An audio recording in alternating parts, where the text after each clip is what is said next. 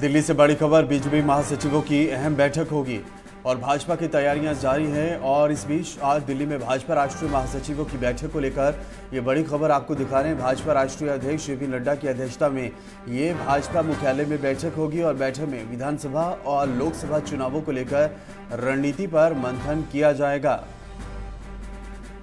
Mission 2024 की तैयारी को लेकर ये बैठक है और लोकसभा चुनावों की तैयारियों पर चर्चा जो है वो संभव है। इसमें बीजेपी अध्यक्ष जेपी नड्डा इसकी अध्यक्षता करेंगे। नितिन धीमान भी हमारे साथ जुड़ चुके हैं। नितिन, क्या कुछ तैयारियां नजर आ रही हैं बैठक को लेकर? मिशन 2024 इसका मुख्य लक्ष्य है।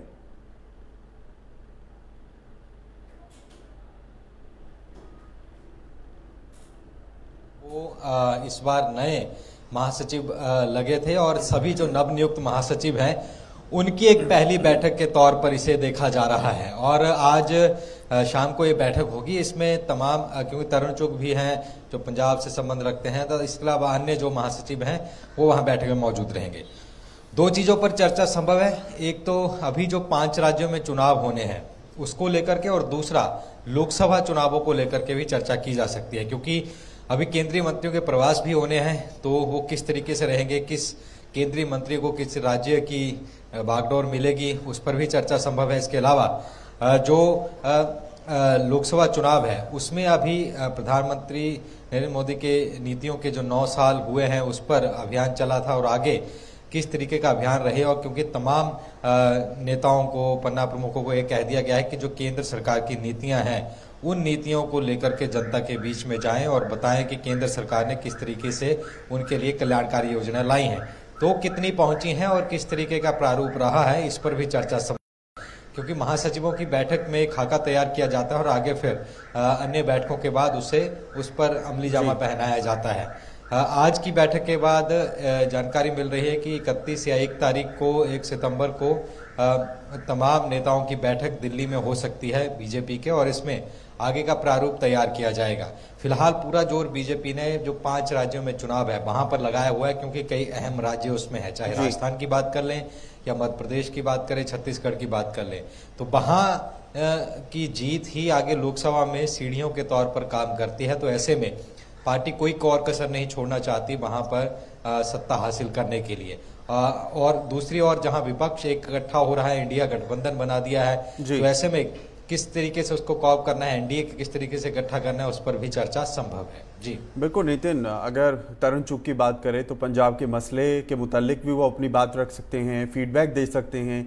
और वाकई बीजेपी को समझना होगा कि पंजाब में टीम को किस तरीके से मजबूत किया जाए, और क्योंकि वहां पर अगर सिख वोट बैंक की सियासत देखें वो काफ़ी ज़्यादा है, तो ऐसे में बीजेपी के लिए पंजाब एक बड़ा चैलेंज होगा लोकसभा के लिए। देखिए, 1.5 साल हो गया किसान आंदोलन के, और उस वक्त ही अकाली दल का गठबंधन टूटा था। लेकिन उसके बाद से भले ही कितने चुनाव आए गए, लेकिन अभी भी बैकडोर ये बात चलती रहती है कि बीजेपी और अकाली दोबारा से मिलकर चुनाव लड़ सकते हैं। इस बात को हवा उस वक्त मिली जब जालंधर उपचुनाव के नतीजे सबके सामने आए कि दोनों ही पार्टियों ने अपना शेयर बरकरार रखा है, और अगर दोनों मिलकर चुनाव लड़ती तो परिणाम कुछ और ही होते। तो बैकडोर ये बातें तमाम चल रही हैं। तो ऐसे में क्या वो समीकरण रह सकते हैं, इस पर भी क्योंकि चर्चा होती रहती है और आगे भी हो सकती है, क्योंकि अभी करीब 6 महीने पड़े हैं चुनाव में, तो चुनाव के ऐन वक्त पहले समीकरण बदल सकते हैं। दूसरा, बीजेपी के नेताओं की तरफ से कहा जाता है कि अगर गठबंधन इस बार होता भी है तो जो पहले 3 सीटों से संतोष करती थी पार्टी, अब समीकरण बदले हैं, ज्यादा सीटें चाहिए होंगी। अकाली दल इस पर तैयार है नहीं है, ये भी दूसरी बात। लेकिन सोशल मीडिया पर कल परसों से एक और काफी चीजें चल रही हैं कि जो इंडिया गठबंधन है उसने भी अकाली दल को अप्रोच किया है कि वो हमारे साथ आकर के मिले। हालांकि अकाली दल की तरफ से कंप्लीटली इसको डिनाई किया जा रहा है, लेकिन इंडिया गठबंधन के कुछ नेताओं की तरफ से ये बात कही जा रही है कि अप्रोच किया गया है। हालांकि ये अगर ऐसा होता है तो ये भी एक बहुत बड़ा राजनीतिक चेंज वहां पर होगा, क्योंकि अकाली दल ने हमेशा कांग्रेस के खिलाफ राजनीति की है, चाहे 1984 के मसले हो, दरबार साहिब पर हमले की बात हो, तमाम चीजों पर वो कांग्रेस को घेरती रही है। तो ऐसे में अगर इंडिया गठबंधन के साथ जाती है तो आम आदमी पार्टी वहीं होगी और अकाली में, तो ऐसी तमाम चीजें चल रही हैं। तो वहीं दूसरी ओर एनडीए में जहां दूसरी ओर सुखदेव सिंह ढींडसा को पार्टी ने पूरा सपोर्ट दिया है, एनडीए में उनकी पार्टी भी शामिल है।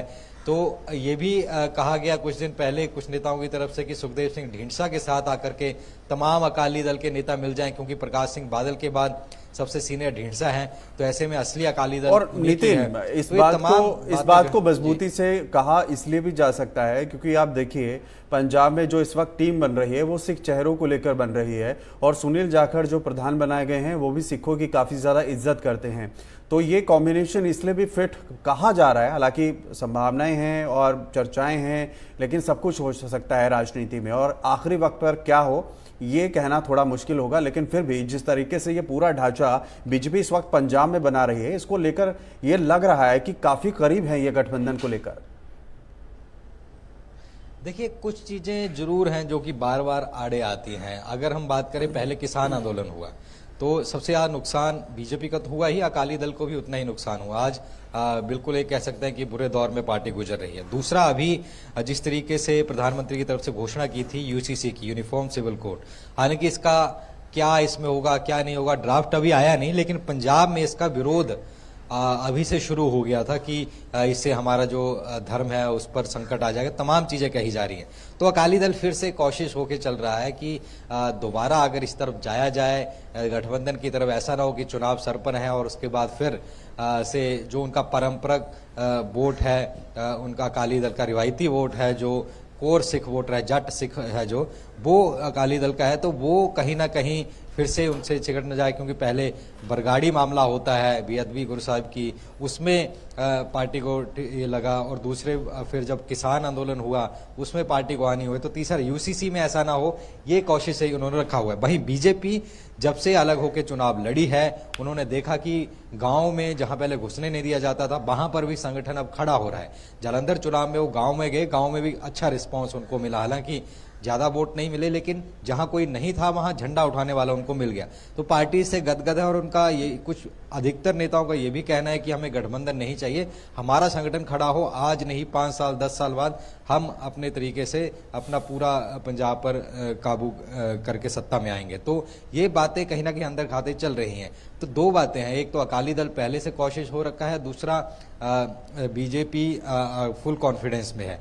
लेकिन जहां तक बात करें तो केंद्र में जहां बीजेपी पूरे तरीके से स्ट्रांग है, 24 में फिर से अगर मान लीजिए सरकार सत्ता में आती है और अकाली दल अगर गठबंधन में होते हैं तो उसका बड़ा फायदा, एक तो पावर का बैकअप मिलेगा, दूसरा केंद्र मंत्रिमंडल में भी जगह पक्की समझी जाए। तो ऐसे में वो भी एक ऑप्शन अकाली दल उस पर भी देख सकता है कि वो भी गंवाना नहीं चाहेगा। तो ऐसे में कई चीजें हैं जो कि इस वक्त पाइपलाइन में चल रही हैं, और इंतजार थोड़ा सा करना होगा 2-3 महीने और शायद कुछ राजनीतिक चेंजेस और देखने को मिले। चलिए ठीक है, धन्यवाद आपका तमाम जानकारी के लिए। तो नितिन धीमान हमारे सहयोगी तमाम जानकारी देते हुए नजर आ रहे थे।